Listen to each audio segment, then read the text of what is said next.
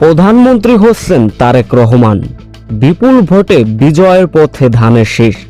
যেসব কেন্দ্র এবং যেসব আসনে বিপুল ভোটে জয়যুক্ত হলেন তারেক রহমান, দাঁড়িপাল্লাও কত ভোট পেলেন, বিস্তারিত জানতে ভিডিওটি না টেনে সম্পূর্ণ দেখার অনুরোধ রইল।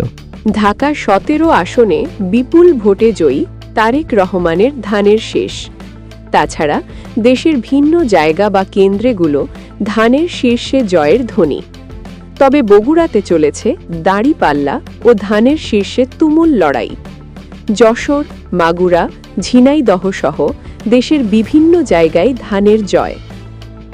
এদিকে বগুড়া ৬ সদর আসনের নির্বাচনী ফলাফল আসতে শুরু করেছে। এখন পর্যন্ত পাওয়া ৪১টি কেন্দ্রের প্রাথমিক ফলাফলে বড় ব্যবধানে এগিয়ে রয়েছেন বিএনপির চেয়ারম্যান ও ধানের শীষের প্রার্থী তারেক রহমান। তার নিকটতম প্রতিদ্বন্দ্বী হিসাবে রয়েছেন জামায়াতে ইসলামের প্রার্থী আবিদুর রহমান সোহেল, দাঁড়িপাল্লা। প্রাপ্ত ফলাফল অনুযায়ী ৪১টি কেন্দ্রে তারেক রহমান পেয়েছেন মোট ৫৬,৩৮১ ভোট। অন্যদিকে তার নিকটতম প্রতিদ্বন্দ্বী আবিদুর রহমান সোহেল পেয়েছেন ২৪,৫৩৮ ভোট। শেষ পর্যন্ত বিজয়ে ধানের শীর্ষ। যেভাবে প্রতিটা কেন্দ্র আসনে জয় হচ্ছে, তাই বলাই চলে প্রধানমন্ত্রী হচ্ছে তারেক রহমান।